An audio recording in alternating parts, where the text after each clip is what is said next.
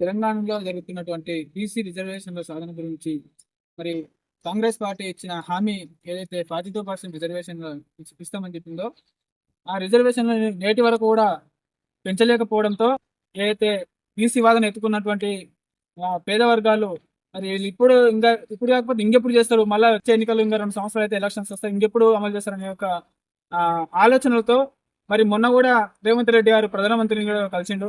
మరి BC reservation ఏమైందని కూడా అడగలేడు.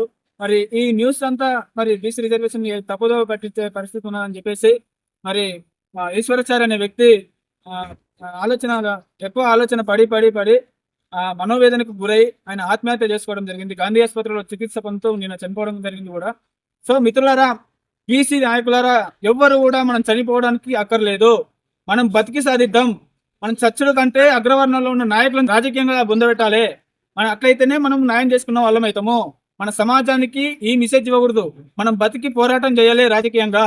దయచేసి దీని గురించి చర్చల గురించి ఆలోచన చేయకుండా మరి రాబోయే తరంలో మరి ఇంకా 2 సంవత్సరాలు అయితే ఎలక్షన్స్ కూడా వస్తాయి. మరి బీసీలు ఎక్కడ నిలబడ్డా కూడా మరి వాళ్ళకు ఓటేసుకుంటేనే మరి నాకు న్యాయం జరుగుతుంది అనేది ఆలోచించుకోవాలి. మరి అగ్రవర్ణ పార్టీలు అయితే ఏవైతే ఉంటాయో వాళ్ళు ఎక్కడ పోటీ చేసినా, మరి అగ్రవర్ణ నాయకులు ఎక్కడ పోటీ చేసినా వాళ్ళని రాజకీయంగా పొందబెట్టాలని మరి మనం కోరుకుంటా ఉన్నాము. సో వీళ్ళనితో తొందరగా మనము ఇలాంటి డిసిషన్స్ తీసుకోకుండా న్యాయపరంగా వెళ్ళాలని కోరుకుంటున్నాను.